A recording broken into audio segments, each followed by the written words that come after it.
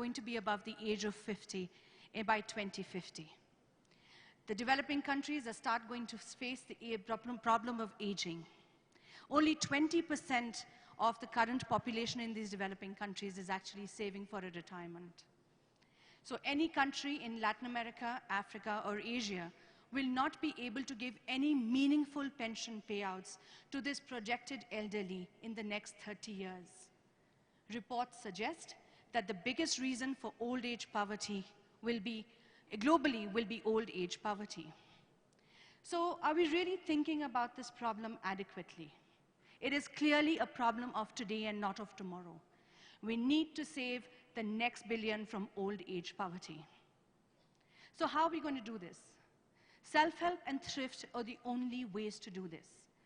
The youth with capabilities need to start saving today small amounts so that compounding works in their favor to get better returns. The women are very important in this because they're going to outlive men, and they're better savers, and they even save for their children to secure better futures. So what is it that Pinbox that we do? We do three things. We aggregate demand, we bring together a fragmented ecosystem, and we give very human-centric IT solutions to bring this whole ecosystem together. The ecosystem pieces required for digital micropension inclusion and insurance inclusion already exist. There's national ID, there's payments, there's banks, there's political will, there's regulation. But somehow they're not coming together for that washerwoman, for the gig economy, for the vegetable vendor, to save for the short term and long term. We at Pinbox are that digital glue. We are able to open up an instant marketplace for digital micropension inclusion and insurance inclusion for all the countries in this room within a few weeks at a near zero capital cost. So how is it that we do that?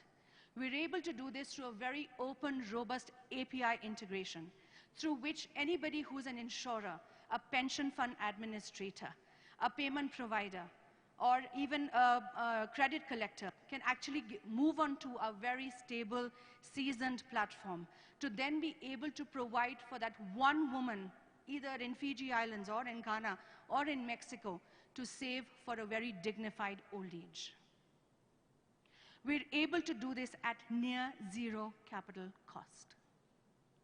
That one woman can use her phone, a USSD phone or a smartphone, or go to her used to agent network that already exists. She's able to save monthly, quarterly, half-yearly, whatever is her income stream. She's able to see the value of her savings, the history of her savings, all in real time on her phone. She can use a helpline in no time to be able to address any of the complaints or the problems that she has. She can even do a usual tippity tap on the phone to be able to get a missed call, to call back to get the complaints registered. For you, all the governments or any private players in this room, we give you live data to be able to monitor compliance and the evaluation of the schemes. You're able to do this at the comfort of your rooms. You can see data of how much collections are done, what is the value of assets under management, how many complaints are being addressed, are they actually being addressed or not? And you can see this in real time. One of our other concerns is, and we are very passionate about, is financial literacy and customer protection. We actually use very robust tools that we develop ourselves, which work online and offline, and we use data. Thank you, Ms. Parole, for your presentation. I'd like to invite one follow-up question from the panel of judges. One follow-up question, if there is any from the panel of judges for Ms. Parole.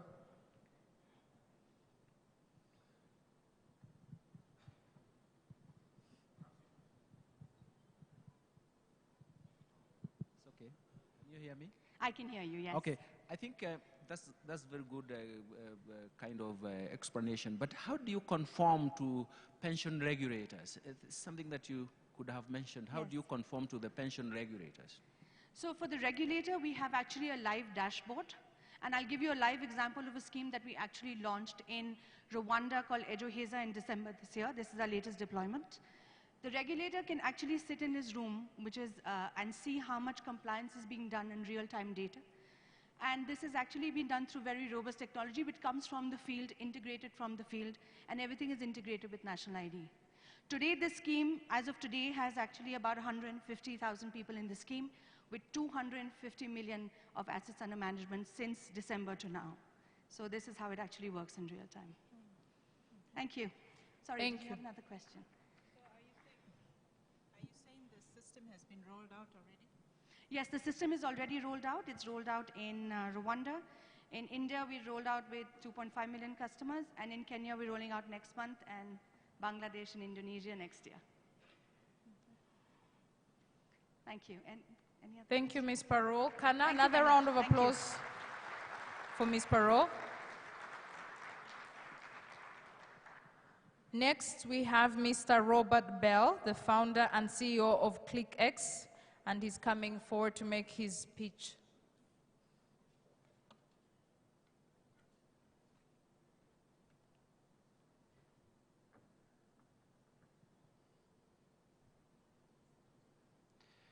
Ladies and gentlemen, hello. My name is Robert Bell. I am from the Pacific, and I've come here to talk to all of you today about the work we've been doing in terms of broad spectrum financial inclusion, and more recently, the issues of closing correspondent accounts and the phenomenon known as de-risking. I'm very proud to talk to you about particularly 4 of our many, many programs that we have.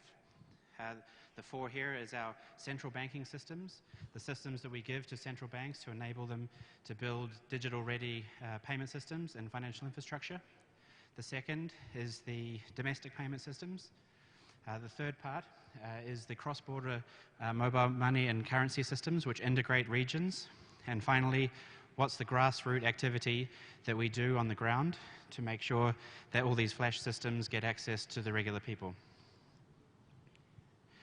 We're very proud to have just completed a brand new build of national payment systems, going from RTGS, real-time gross settlement, through to ACH, house systems, down to retail payments, and of course, unified national KYC systems and AML transaction monitoring, as well as installing currency handling, check processing, automation, as well as the actual physical notes, government bond services, everything a central bank and a country needs to run and build the platforms for digital ecosystems.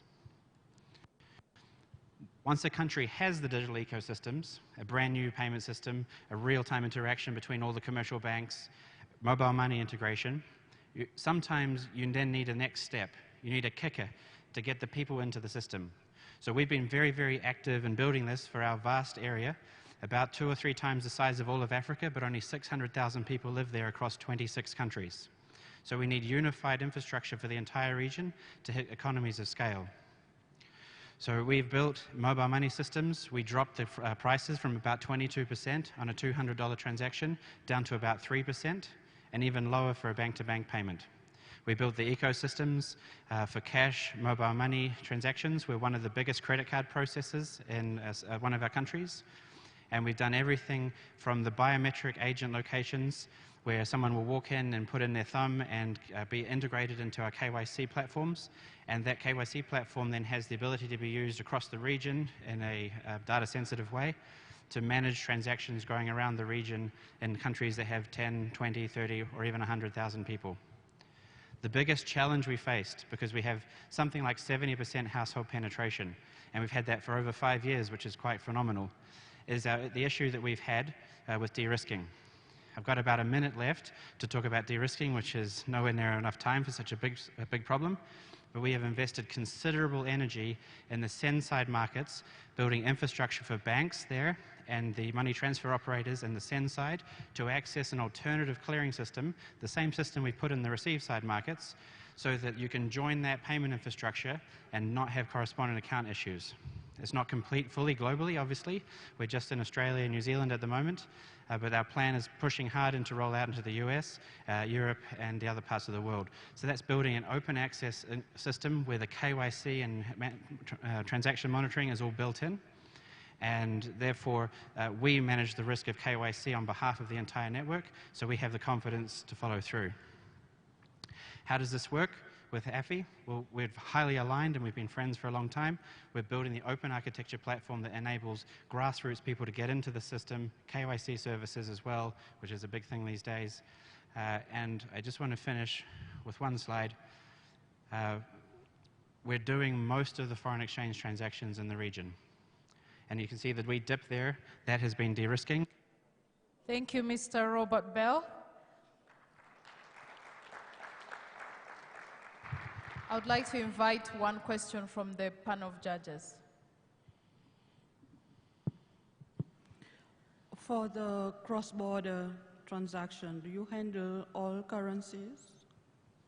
Do we handle all of the currencies? All currencies. Not all of them yet. We haven't resolved the entire world's problems. But all the currencies in the Pacific. We have our clearing systems are in 8 markets at the moment. That does take some scale to roll out across the rest of the world. So we're working, sorry for the echo, we're working quite hard on building the infrastructure needed to bring in the rest of the markets. It's not a technical capacity, it's slightly a legislative capacity issue. Thank you, everybody. Thank you very much, Robert. Our third presenter is Mr. Curtis Matlock, the CEO of Synic.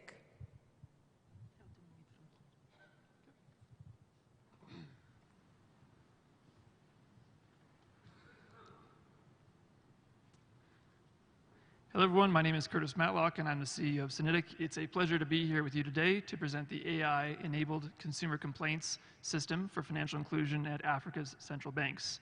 This technology was first delivered to the Central Bank of the Philippines last year, and just last week it won the AI prize at the Central Banking Awards for FinTech and RegTech.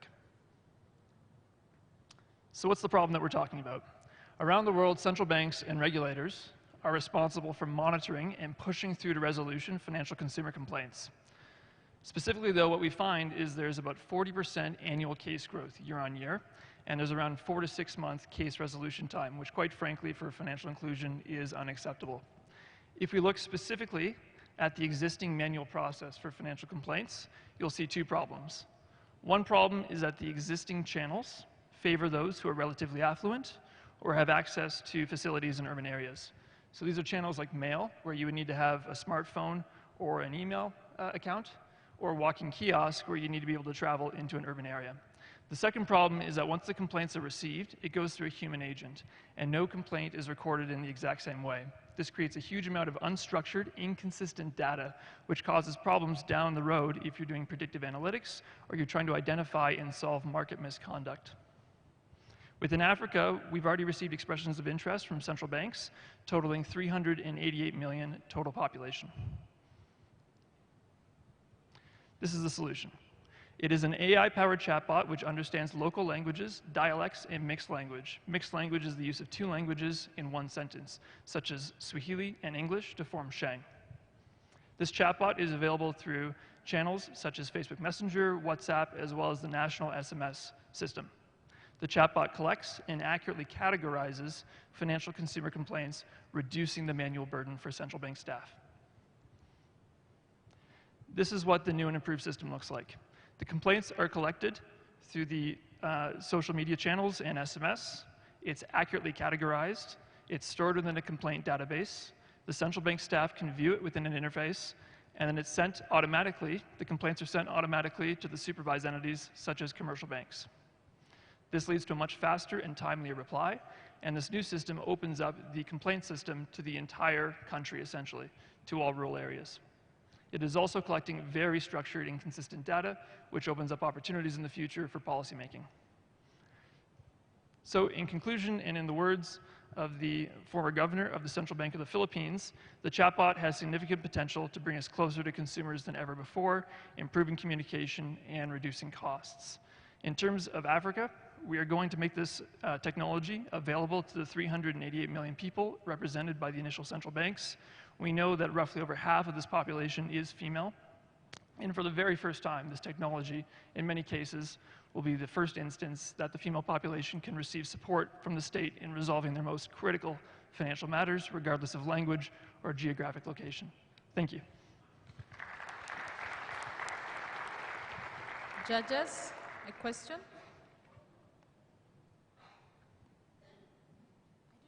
didn't quite get how the ordinary people are going to understand your system. Can you say that again, please? So the ordinary people would be financial consumers. Take, for example, in rural areas. Right now, if they want to get assistance from the central bank in resolving a financial complaint, they would need to write an email or travel into the city, which is just not possible for some people, for many people, in fact. So what they would do is use their SMS phone, so a feature phone or a messaging app such as Facebook Messenger or WhatsApp, to submit their complaint. The complaint would go to the commercial bank, and the central bank would be monitoring that complaint, pushing a faster reply. So essentially, you have the central bank on your side, pushing a quicker reply, and you don't have to go through any of these old channels. You're just doing it through your phone. Okay. A round of applause for Mr. Curtis. Our next speech is from Mr. Singh, who is the founder and CEO of Vago Innovation.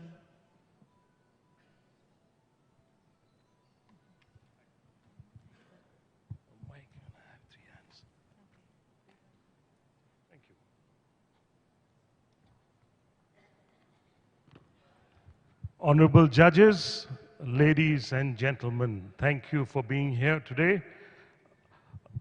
I want to take you on a little bit of a journey. I came here in 2016 and the government of Rwanda asked me to help on a particular sector, which was transportation. And when we looked around in Africa, we were surprised to find that there are 25 million motorcycle taxis doing an average of about 30 rides. So that's about 750, you can say, rides, 750 million rides a day.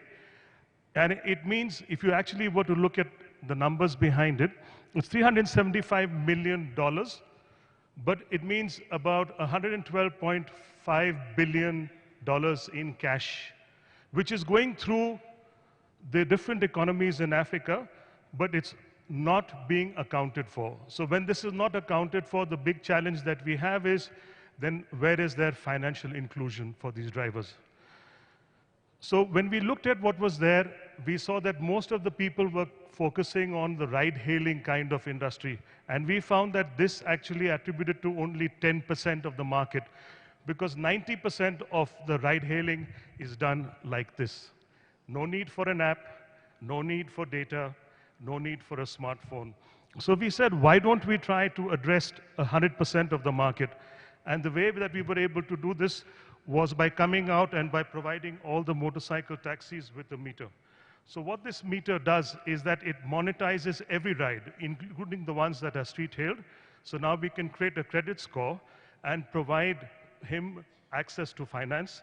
We can also decrement and pull back money from his account in real time. We can also do micro savings. We also provide him digital insurance. Most taxi drivers have only third-party insurance. So in the event of an accident, unfortunately, neither passenger nor driver has any insurance. So by providing digital real-time insurance, only for that ride, we are able to actually save lives. So this is basically where we started. And if you look at it and you could turn around and say, okay, this is interesting, but this is Africa, how does this work? We said, well, we designed the device to work in the dusty, rugged environments. It's actually something that you can drop. But beyond that, we also built in a lot of other intelligence into it, that it's got NFC built in, so it acts like a point-of-sales terminal. So if you think that what we are trying to do right now is just a transport play, the answer is no. We want to create much larger impact, and that much larger impact will come from where? Will come from our ability to be able to make our drivers mobile agent. Why is banking in Africa done through an agent? Poverty is one challenge, but illiteracy is another challenge. Here we are empowering them, giving them a device, training them digitally and financially, and now he becomes an agent who can do many things. Act like a bank agent, but he can also do airtime top-up. He can also pay electricity bills. He has many different avenues. But imagine now that we've got this entire transport layer organized. What can we do with this transport layer? Suddenly, we can now provide first mile, last mile. So the beginning of ushering in m-commerce, again, utilizing the same driver to be able to do it. But you can also impact SMEs. How? Mom and pop shops dry cleaner who today cannot go beyond their particular area, or a bakery, suddenly through our call center, they can call and they can get things even without a smartphone. So that's what the Vago platform is all about. Thank you very much, Mr. Karve. I would like to ask the judges to ask a question.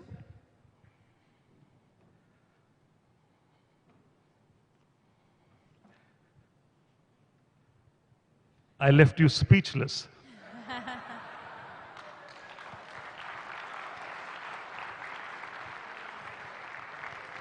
Thank you again, Mr. Karamve Singh, on your pitch on Vago Vision.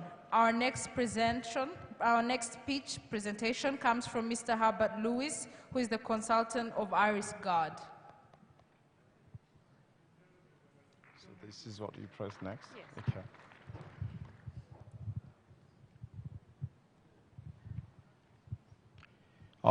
Thank you very much. I represent IrisGuard UK Limited, and the head office is UK because this is UK-based company, but we have a regional office in Middle East in Jordan, and I cater for the Africa division. So what we do, what Iris does is to provide a platform for the end-to-end financial inclusion services. Now, what we've done, if you see what we've done in quite a number of years, we have the iPay Iris phone, which is what we use to create a digital ID solution, which is used for the financial inclusion. Now, with the digital ID solution, what we do is that will be in the focal point for the registration and authentication whenever you're doing the transaction. So we started, currently we're doing about $500 billion in the transfer, cash assistance in the refugees in Jordan. And we're doing also about $3 million worth of the supermarket exchanges in the shops in our supermarket in those areas. Now, these are the people who in other ways that they wouldn't be accessing financial institutions because they do not have, refugees, as we all know, they don't have ID. So with the iris, which is the part of your eye, this becomes your ID. You do not need a bank account. You do not need any other thing. You only present yourself, and then you are already connected to that. Now, what it does, as I said, you do the enrollment. Now, the enrollment will then register that person in the database, and then you provide, if you're giving the aid to that particular segment, that will then be transferred to the financial service provider, and at the time of redeeming the cash, then you need to verify yourself at the point of the agents. Now, that's the last point, and that's where when you do the verification, like for donor agents, they like to see how the money is being used through the financial institutions. So if they're disbursing money in the outlets, you like to do the last mile authentication at the last point, as I showed there. So basically, we're dealing with different institutions, but what we do is to enable organizations to build the database for their organizations or a certain segment, like farmers, and at the time of redeeming the services, they will then need to to authenticate themselves at those points. So we have few examples, like in the agriculture sector, where you have the commodity exchange in some areas. You need a focal point identification for farmers to get help in the ecosystem. Now, if you have unique ID for the farmers, that gives them opportunity to access to financial institutions. And the financial institutions will be very comfortable to give service to that particular farmer, because at the end of the day, at least they have unique ID to advance services, and at the same time, when they're coming to sell their product, the buyers will be able to pay using that unique ID. So basically, you're giving the financial inclusion to these people who otherwise they wouldn't be having access to financial services. So in brief, we do that, and we're doing that with a very basic handset, which works in a 2G environment, even in much remote area. Thank you very much. Thank you very much, Mr. Halbert. I'd like to invite a question from the panel of judges. Yeah, let me just want to know how is this linked to the national databases? Because there has to be a national database, and obviously the national database is rigorized. How do you marry your database with the national database? Okay, now you're talking about the national database, and this particular innovation of using IRIS is much, much better because you're talking about the farmers who live in a remote area and they don't have access to really the normal service. You might have the registration, which is done with the fingerprints biometrics, but you're talking of farmers who have this situation there, they're farmers and builders. Usually with fingerprints, the prints tend to fade based on your nature of your job. So IRIS, basically from the age of 3 until you die, it does not change. So this becomes an ideal solution, especially in areas where we really need to get those people in remote areas included into financial service sector. We're trying to approach different organizations, but this works for national medical insurance services. You are able to use your eye as opposed to use the card, and what you do is just register your IRIS, and then you have access to this particular service. And the IRIS is the most secure item because you can't borrow someone's eye and take that to redeem services. And we talked yesterday about women who are being paid through mobile network, mobile money. But at last mile authentication, you need something to validate and authenticate that person. That's why we have this simple gadget. You use this and you put at the agent center. This helps to do the authentication on the last mile services. So if it's my phone, if it's wife's phone, and we're saying husbands are getting access to their wife's phones, with IRIS biometric identification, unique ID, unless that person goes at the last mile to authenticate himself, there's no way they can get access to the funds which is sent to that particular individual. I think that I have the same question, but in another way. All countries have an official database. Come again? All countries have official information for the government. No, I no? don't get Official database. Yes. And you create a new database. Okay. In which point you make both of them together to make your information with the other information together to work with financial inclusion and politics and everything else. Okay. Yeah, the way we work, we help the organization to build the database. Currently, we were working with UN. Our database is, their database is stored in Switzerland, and that has access to all the UN agencies.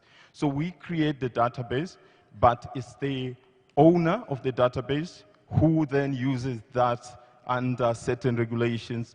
And in some cases, we had discussion with people in the Tanzanian government, the national ID solution, and they agreed and they accepted our solution, which can be linked to the national ID. Now, we're talking about identification of this individual, but most countries first, they include only 18 years and above for the national ID system. With IrisGuard, as I said, from 3 years age, you can include all these people into your database. And this we did because we had child trafficking in Jordan from Syria, from refugees, and we managed to include these young because it's one way of getting inclusion to the children as well. So the integration of this database, we don't own the database will be developed for the government or for UN agencies or for whoever, but how you use that definitely has to be according to the regulations of the country. Wherever we operate, we have very good link with the respective countries in terms of how they tap into the database. And we don't own the data. We're a UK-based company. There's a data privacy. We do not even register anyone without their consent. So that is done under data privacy law. Thank you very much, Mr. Herbert from IrisGuard. If you could give him a round of applause as he goes back to his seat. Our next speech is from Mr. Riyad Hanslow, the ESG lead of Juma.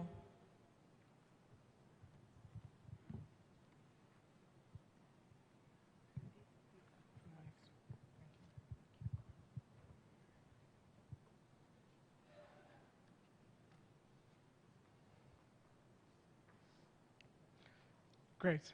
Ladies and gentlemen, before I speak to you today about Juma, I just want to tell you a story. I want to tell you a story about a woman, Sharon Hameto, who is a goat farmer in Lusaka, Zambia. She donates her goats and sells her goats to an NGO, who in turn provide these to other women, who then use the money that they get from this for cash flow, for the financial needs of their households, for fertilizers for their farms, but also for the financial needs of their children. What we see is Sharon Hermeto, one of our customers, who has accessed our Kisaka loans and savings product in Zambia and has been able to make an impact on the entire ecosystem of women that have now been impacted positively as a result. We're able to provide this product with our other partners in the region, MTN and Barclays. If you haven't figured it out yet, ladies and gentlemen, the Juma is an end-to-end, full-stack technology company that partners with MNOs, financial services partners, insurers, and other marketplaces to financially include entrepreneurs in emerging markets, allowing them opportunities and access to financial services such as loans, products, savings, and insurance that they would never have had access to before. The problem that we're trying to address is the 1.7 billion people that lack access to traditional financial services. Jumo's aim is to connect these people with positive financial choices that they're able to use in fulfilling their life's mission and their business work.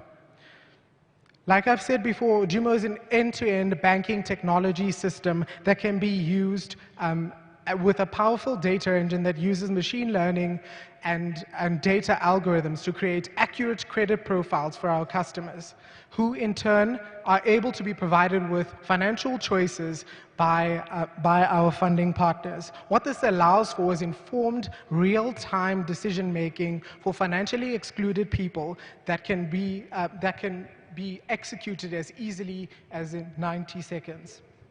Jumo is currently live in 6 markets across Africa and Asia, and to date, we have dispersed over $1 billion to our 14 million customers that we've been able to financially include. With our current integrations, we have the ability to be able to positively impact more than 120 million people. During this process, we've been able to also bring down the cost and the reduction in fees and costings that we are able to provide these loans to customers in. For example, we've been able to drive down the cost of servicing these financially excluded people that traditional banks could not reach by reducing the amount of servicing them from $1 to roughly 2 cents currently, and we see this growing to 1 cent within the next year. But what is the problem? The problem that I've spoken about affects all financially excluded people, but who bears the brunt of this problem in our society are primarily the women. And what we've seen from our experience is that women generally are less reluctant to go to traditional financial services providers because they simply do not trust them. What our platform enables them to do is be able to access a USSD menu in the comfort of their own home and apply for a loan or savings product that they're able to use. We also work positively and proactively with regulators in order to ensure the dialogue and the voice of the customers is adequately heard when forming regulatory policies and ensuring that customer protection is actually at the center. Thank you. Thank you very much, Mr. Riyad. I would like to invite the judges to ask. How do you sell your product? How do you reach out to my grandmother, if she's still alive, out in the rural areas? I didn't get that part. So Jumo's platform is premised on the notion that there is a higher feature phone penetration in our markets than there is traditional banking. So we utilize the network that our mobile network operators and other data container partners already have. So this is anyone that has a SIM card that has access to a feature phone is able to utilize the Jumo service. So these are existing mobile money customers within the ecosystem. And that's how come we know that the number of customers that we potentially have access to is roughly 120 million based on our current network coverage and integrated partners. If there are no other questions from the judges? One more. Oh, yes. How has been the interaction with regulators? It's been extremely positive, I would say, especially from a lot of the central banks and communications regulators. I think that a lot of the central banks have a financial inclusion strategy that aligns closely with ours, and also recognize the unit economics that traditional banking providers have, and the advantage that Juma can play in affording these customers the choices that they wouldn't have been able to get anywhere else. Thank you very much, There's Mr. one more Riyad. question. Oh, sorry, excuse me. Yes, please. Thank you. In linking to that question, are there any specific innovative components in terms of the regulator dialogue that you have beyond, bringing more the voice of the customer to the regulator, as you mentioned? Sure. So definitely, I think we have a number of different approaches, and they cover a number of different areas. So just quickly, we have a particular view on licensing and cloud infrastructure that might be useful in developing data privacy and data governance policies in the future and designing for fintech. Also, we think that our approach to financial literacy and financial education of customers throughout the customer journey is particularly important, and is something that Juma does really well. And that is something that we also generally share with a lot of the government and regulators that we work with. Thank you very much, Mr. Riyad. Our next speech is from Mr. Simon Scowell, who is the CEO of OCO.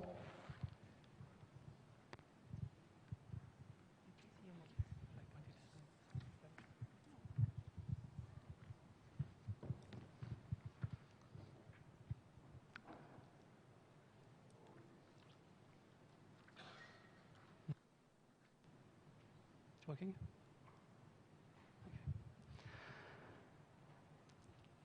What if I told you that if it doesn't rain by the end of this week, you will lose all your income for the next 6 months? You would feel helpless, right? Well, that is the everyday situation for 2 billion people around the world who live from unirrigated farming. We created OCO to bring a solution to all these farmers. We're talking here about 500 million small and medium businesses who can all spend a few tens of dollars for insurance every year. So it's not only a big social issue, it's also a huge business opportunity. This opportunity exists because traditional insurance was never designed for smallholder farmers. Sending an agent on site to verify the extent of the damages, it's not scalable. And also, how do you serve customers who live far from any city, have no bank accounts, and never received financial education? For insurance companies, that's a nightmare. OCO, on the contrary, is fully automated, digital, affordable, and accessible even if you don't have a bank account. With OCO, any farmer can obtain an insurance policy personalized to their situation from their regular phone. So how does that work? Well, first, farmers contact us via SMS and obtain a personalized quote for insurance based on their location, the field size, and the crop type. Next, these farmers can pay using mobile money and be immediately insured. Finally, we at OCO monitor the weather at the precise location of their field. If we see that they have been suffering from adverse weather conditions using satellite data, we automatically pay them a financial compensation. It's as simple as that. We're positioned as a broker, so we take a commission out of the revenue we generate for the insurance companies. Our current partnerships allow us to enter most African countries, and we started in Mali, where we achieved something quite remarkable. In only a few months, and at a pilot stage, already 450 farmers have registered for insurance. They paid with their phone, and they accessed insurance for the first time in their life. We started paying claims, showing that we make them more resilient to climate risks. But that's not all. Just last week, we signed a partnership with a major financial microfinance organization, which agrees to give access to microloans more easily to farmers who are insured with us. So we don't only make farmers more resilient to climate risks, we also lift barriers to other financial tools. This is just the beginning, though. We're now going to launch commercially in Mali in the next few months, and then enter new markets, such as Uganda and Ivory Coast. You can trust that we know what we do. I've been working for the past 4 years in microinsurance. I've rolled out affordable life and health insurance products in countries like Fiji and Papua New Guinea. You can ask the regulators here. They will tell you about us. So to sum up, OCO helps farmers become more resilient to climate change. We make it possible for insurance companies to finally serve the rural customers. And we lift barriers to other financial services. So if you want OCO to come to your country, please come and talk to us.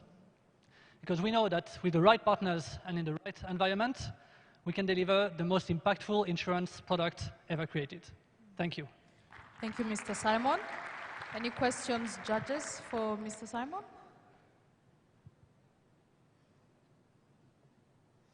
Thank you. Thank you very much. And there are two problems with this microinsurance. And maybe I would like you to tell us exactly how you deal with it. One of them is the premiums that are paid by these small farmers. But the second one, and more problematic in this market, is the information asymmetry problems that actually may come up. And how do you deal with those two problems? So sorry, I can't hear very well. The first problem is premium. The first one is the premiums that are paid by the micro. Remember that you're dealing with farmers with seasonal cycles, and maybe would like to understand how do you price the premiums. And the second one is how do you deal with that, the information asymmetry that is really a big problem in this market. So information asymmetry, right? Yeah. Okay, so for the premium collection, we use mobile payment. So we actually saw that we need to provide enough time to farmers to pay before the start of the season in order to accumulate sufficient savings or insurance premium to be covered. But we made things very flexible, meaning that if farmers didn't manage to pay the full premium, let's say they paid 50% of their premium, we cover them for half of the amount. So even if farmers were not able to pay the full premium, they are still insured for part of their coverage, of their field value. On information asymmetry, so actually that's a good point, that's a good thing you mentioned this, because we use publicly available weather data. We try to use the data that farmers trust, that they hear on the radio. For example, in Mali, we can use Meteo Mali. So the information that they have is the same information we use.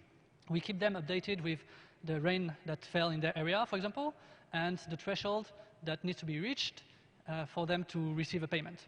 So we make sure that they have the same information as we do, so that it's very clear to them when the claim is valid and when it's not valid. And there is no doubt on whether we can tamper the data or or also no fraud possibility from their side to change this data.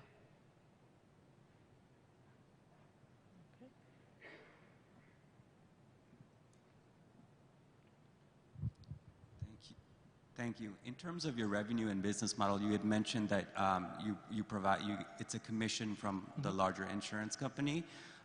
What is your approach in terms of scaling further your products and services, and does that business model still hold? Yes. So also a very good question. Thank you. The challenge with this model, indeed, is that we need to build scale rapidly to generate sufficient revenue every month, every year, to be self-sustainable.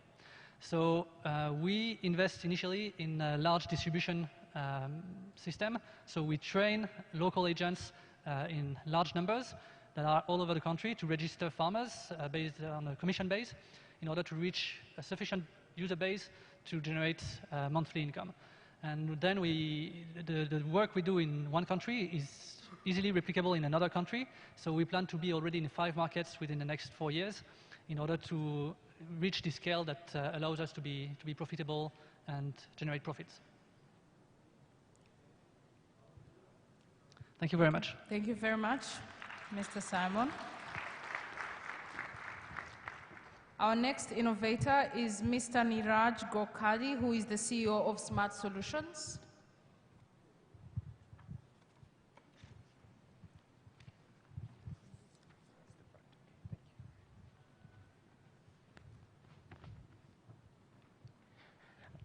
Thank you, AFI, for providing us an opportunity to showcase our solution. If I were a central bank regulator who is in charge of collecting data from the financial institutions and generating a report out of them, I would want all the data to come to one central repository. Also, it's a waste of my time following up with financial institution to send the data on time. And then I have to check the quality of the data, which is a tedious process.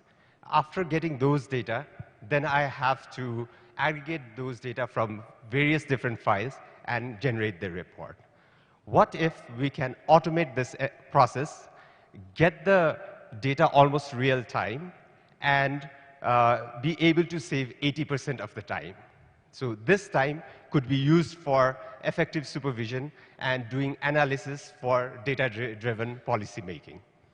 If these are the concerns you have and these are your pain points, then RIMS might be the solution for you. RIMS, Regulatory Information Management System, is a RegTech software that combines reporting, geomapping, and business intelligence tool. This enables commercial banks, DFS providers, microfinances to provide data in a very systematic manner. It ensures submission of quality data with automated features like reminders, escalations, and resubmission options. The geomapping of the data really helps central banks to see where the areas are, which requires more financial access points to increase their financial inclusion. The system is very cost-effective and scalable and adaptive. Since the digital DFS system is evolving very rapidly, the system should be able to handle those adaptations. This system was implemented in Central Bank of Nepal in 2016, and we are in the process of implementing it in Central Bank of Zambia. So, along with the monitoring of the regular banking activities, the system is great for tracking and monitoring DFS ecosystem. So we track activities of e-money providers, branchless banking, remittance, and so forth. So this system is not just to make convenience to central bank, but this system also wants to give back to the financial institutions which are providing the data. So we create personalized dashboards for them where they can see where they are in the market, and they can use the thing for strategy and making, they can see where the growth potential areas are. Also, in developing countries, some of the financial institutions don't have IT experts in the team, so they can upload the data via forms or Excel returns as well. The financial inclusion is in the heart of the system. Whenever we design, we make sure that disaggregated data on age, gender, geographic locations are all covered. We have used AFI guidelines to make these financial inclusion dashboard. This is RIMS in 4 minutes. Thank you very much. Thank you very much, Mr. Niraj. I'd like to invite the judges to ask a question.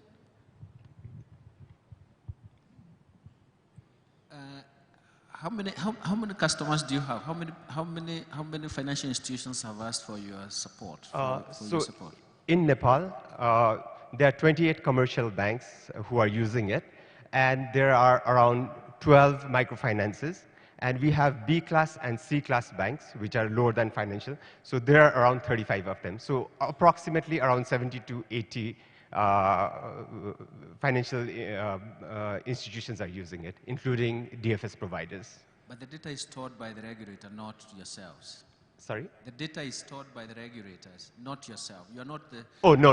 So we host it in the central bank, okay, and then the data resides, everything in the central bank. If there's no other question?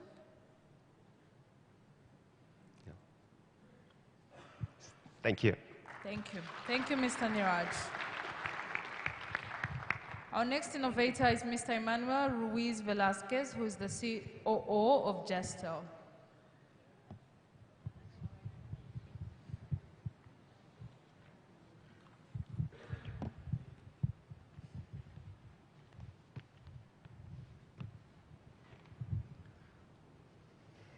So, hello everybody.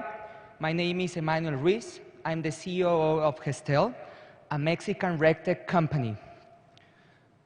So, what's our purpose as a RegTech company? Well, make compliance and regulatory related activities more efficient and less costly using artificial intelligence. How do we do this and how do we achieve this? Well, by doing two main things: robotic process automation and machine learning solutions for financial institutions and for regulators or supervisors as well. RegTech for financial institutions, Subtech for supervisors. So what's our competitive advantage with our product? Well, we adapt to your business rules. We do the things you daily operate in the same way your people do it. Now, we solve four important problems. First of all, information silos between financial authorities. That means with API, we can interconnect all of the data systems, all of the software, Excel, spreadsheets, etc., between financial authorities. Second, lack of data management techniques in the ensemble of regulatory information, which means our principal software is based on the principles of Basel 239. Third, high regulatory cost for financial institutions and or supervisors. We are a CapEx model. And OpEx model. So third, it's human error mistakes. We mitigate them. Our Subtype platform works in the following way. It will empower government agencies to use technology into transforming the regulation into a machine executable tool that will improve the quality and security of financial services. How do we do it? Well, here's a slide. There's in financial institution on the left, all of their databases, all of their information, text file, PDF, GPG, etc. We extract with an AP manager. The AP manager will process the software in the processing infrastructure, then it will store it in a golden copy, and in that golden copy, we can give you to the supervisor reports exploitation, dashboard, and the cherry on the top, advanced analytics. Your analytics will be reconciled with your own business rules. Therefore, you will be consuming information, advanced analytic information with reliable information. So our experience and our results are, in Mexico, we partner with R2A BFA initiative, so we deploy our model of Subtech AMLCFT with the Mexican authority. We help them tackle their AMLCFT issues with machine learning and robotic process automation. Because of this, CMBB has been recognized by the Bank for International Settlement as one of the Subtech regulators that use groundbreaking technology. So some key points are basically stop wasting time reconciling, stop wasting time doing boring things. Let's explode the information. Instead of having 1 year or 6 months in seeing the reports, now you will have it in seconds and in beautiful dashboards. So how does Subtech platforms help financial inclusion in developing countries? Well, first of all, data is pulled directly from the financial institutions, so less regulatory cost for the financial institutions. Second, joint ecosystem efforts for supervision. Let's put all the regulators ready to rumble. Let's put it interconnected and share information. Third, reduce the impact and cost of the risking policies with KYC efficiency and a more stable and less risky financial ecosystem. I will take the questions from the judges. Thank you.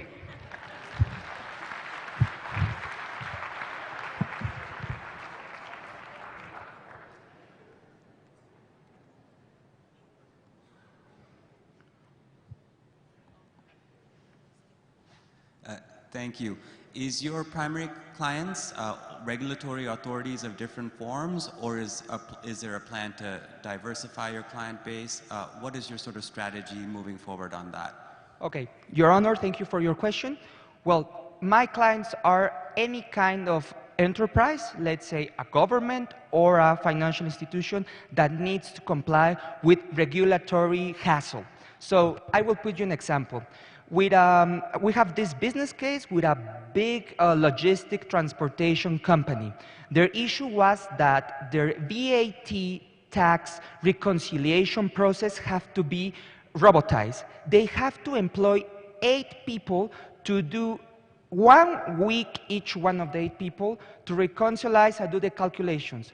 Obviously, they have a lot of problems, a lot of errors, a lot of differences between their numbers and the numbers that they were reporting to the Mexican IRS.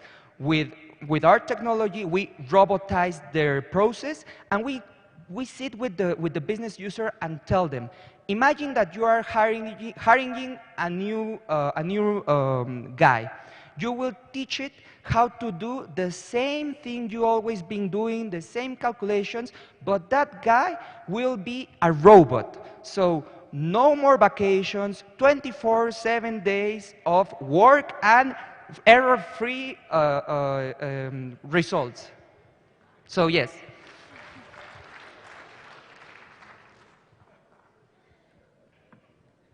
How do you see this system being rolled out in our African countries? Well, that's an excellent question, Your Honor. And let me tell you, I am the expert in technology. You are the expert in regulation. I am here to show you that technology democratizes countries. So how do I see in Africa this thing? Well, you tell me, what do you need? I am at your service in order to work my technology for you. Thank you.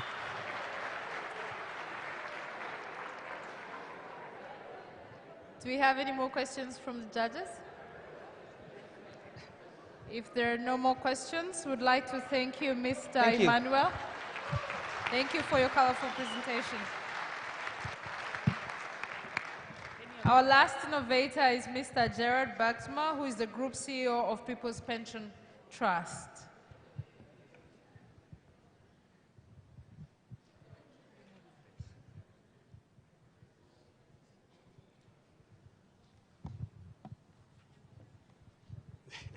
I apologize in advance. That's a really tough act to follow. I want to start with a quote. It goes like this. One day, when I am old and can no longer work, I will not be a burden to my kids or my family. I will not have to beg before I can eat because I'm saving towards my retirement today. Now, this is an actual quote from an actual member of People's Pension Trust Ghana. Now, this is Evelyn Dash. She's a caterer in Accra, and she's one of our 40,000 members. People's Pension Trust entered the market at the end of 2016. December 2016, we were licensed by the MPRA. At that time, there were 32 pension funds in the market. They were all licensed to target the informal sector, to work with informal sector workers, get them on board, get them saving towards their retirement. But less than 1% of the 10 million in the informal sector actually had a pension account, and none of them had really been saving in the last few years. So what we did, we set up a model that was initially deemed not scalable. We set up a model that was high touch, later became high tech. I like to say that we were not a fintech company, we're not a pension company, we're a people company. We made sure that we understood what the needs are, what the behaviors are, the savings patterns. We started to find out that when somebody saves 5 CDs the first time instead of 3.2, we can more accurately predict their savings behavior because it's intentional, not incidental. So by working through sales agents, by working through our pension managers, by working with savings groups, cooperatives, SMEs, we're able to truly understand what drives the saving, what are the challenges. We actually adapted our product so that our members can withdraw 50% of their contribution at any time. Now that may seem like a lot, and we thought people would withdraw 50%. They don't. They withdraw about 10 to 15%, and that can usually be for a financial shock or if money is needed around Christmas or the holidays, for example. Our 40,000 members to date have saved about $1 million US combined. These are all informal sector workers. And I'd like to add that our CEO in Ghana, Samuel Waterberg, who's not here today, he's with his team. We have 50 staff members in Ghana. He's also now an advisor to the regulator in Ghana on informal sector pensions to make sure that the whole system becomes more inclusive. In 2019, together with my colleague Ivan there, we set up People's Pension EA here in Rwanda, so we live just around the corner. And we're setting up a similar pension scheme here in Rwanda, and we expect to expand across the East African market. I've kept it within 4 minutes so that you can all go and have your drinks. I know it's the end of the day, so thank you very much. Thank you very much, Mr. Gerard. Question from the panel of judges? Let me, now, I think you talked about pension for informal markets. So how do you base their contributions to their pension? Because essentially, one of them is that they don't have a true or maybe a real, should I say, income flows. Maybe the income flows are stochastic. So how do you actually determine the pension? I mean, that's correct. That's one of the main challenges for the incumbent pension funds is that it's a very tough market to reach. There's a lot of education back and forth, and there's no real predictable income. So there's no source where you can take the contribution from. So it's a defined contribution system. So what you can put in is what we invest, and when you turn 60, we pay it out over a 20-year period. I understand there's challenges. If you turn 81, 82, 83, there are some issues there where we need to insure, kind of have a life insurance. But to add to that is, when we came in, we thought we need to make it as flexible as possible. You can save what you want, when you want, whatever works. Our experience and some of our behavioral science work with CGAP has taught us that that isn't really what works. Saying you can do anything, anytime, whenever you want means that people don't really do what's best for them. So we sit with them, we sit with our members. Well, I don't personally, but our team in Ghana does, and we help them with a savings plan. How much do you need to save to reach the goals you want to reach? Do you want to have a full pension? Most can't actually save for a full pension, though, so they save for additional income. Perhaps to hire someone for the farm when they retire, perhaps someone just to help them out. And then we help them stick to that savings goal. So through our sales agents, through our work with the savings groups, through our work with SMEs, cooperatives, we try to help them stick to the savings goals. That's definitely not always possible, but that's how we try to help them save without being able to take its source from a recurring income. Thank you. What is the type of discussions you might be having with regulatory authorities, and could that influence the quality of the global regulatory dialogue moving forward in this area? Right. So the conversations we have been having in Ghana is how to, I don't want to say loosen the policies, but how to make it more attractive to enter the market. So for example, one of the things is you can take as a pension fund, you can take, or trustee, you can take 2.5% of assets under management. That's a challenge because about 1% goes to your partners, so you're left with 1.5%. So before you really have the assets under management to become a break-even company, you've gone bankrupt, 4 or 5 times over, and that's a big challenge. So that could be one of the conversations we're having. It's definitely different in different markets. You can charge different prices. You can take more of a fee from the interest, but that would be one of the conversations we're having. Soon, we'll be partnering with an organization that I cannot name at this moment to work with more regulators in more countries to tell them our experience and the work we've been doing in both Rwanda and Ghana, and to share our experience. Hope that answers your question. Time for drinks. If there are no more questions? In most pension regulators, they determine how you should invest the pension funds. Do you feel that that is a constraint to you in terms of the way you're operating the business right now? Not yet. Not yet. We have less than $1 million in savings, so even if we wanted to diversify, it would be a challenge. Yeah. I understand. Yeah. No, it's not a constraint so far, not in the markets we work. With that said and done, thank you, Mr. Gerard. If we could also give a round of applause to all our 10 innovators. I would like us to appreciate our judges with a round of applause and invite them to take their seats. I'd like to remind you that you can always vote for your best innovator using the GPF app. Once you go to the GPF app, you can always go to FinTech Voting. Voting is open from now until tomorrow, the closing ceremony of this event.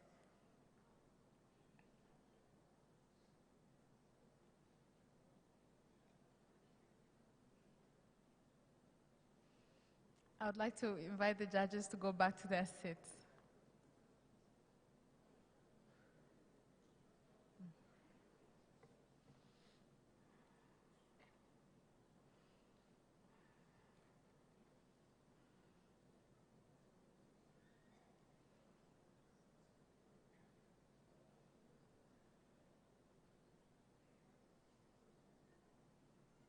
As they go back to their seats, could we give them another round of applause, please?